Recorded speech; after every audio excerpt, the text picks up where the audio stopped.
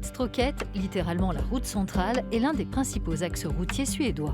Il traverse le pays d'est en ouest en direction de la Norvège. Jimmy l'emprunte de temps en temps. Une route blanchie par l'hiver qui est appelée à devenir verte en toute saison dans le cadre d'un projet européen. Comment? En multipliant les bornes de recharge pour véhicules électriques à proximité de toutes les gares ferroviaires le long de son tracé. Objectif, promouvoir les modes de déplacement mixtes et réduire les émissions de CO2 dans le transport de passagers. Quand je me déplace, c'est agréable de pouvoir charger ma voiture pendant que je vais en ville avec le train. Le coût est un peu plus élevé qu'une recharge à la maison, mais ce n'est pas si cher. C'est 29 centimes d'euros par kilowattheure. Avant de prendre son train, Jimmy avait vérifié sur l'application du projet qu'une borne de recharge était bien disponible à Krokom. Ce projet, appelé Lada i Mittstråket, dispose d'un budget de plus de 800 000 euros, dont la moitié est financée par la politique européenne de cohésion. Il prévoit la création de 85 stations de recharge destinées à plus de 200 000 usagers potentiels habitant entre Sundsvall et Storlien sur un parcours de 358 km.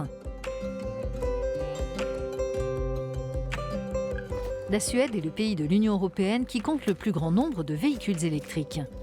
Le projet vise à faire en sorte que chaque citoyen, y compris dans les zones moins peuplées, puisse accéder à des bornes de recharge. Le train et les transports publics sont bons ici, mais parfois c'est difficile d'atteindre sa destination finale avec les transports en commun. Donc on peut avoir besoin d'une voiture. On veut donner aux gens d'ici qui possèdent et utilisent un véhicule électrique les mêmes opportunités qu'ils auraient ailleurs en Suède, où la population est plus importante qu'ici. L'installation des bornes de recharge a débuté en janvier 2021 et devrait s'achever cette année. Les équipes de l'entreprise qui s'en chargent travaillent comme ici à Åre quand le temps le permet. Mais en plus des aléas météo, le projet doit faire face à d'autres défis. L'un des principaux défis dans ce type de projet, c'est la coordination de plusieurs démarches parallèles avec les propriétaires fonciers, la compagnie en charge du réseau, les autorités nationales de transport qui possèdent les routes.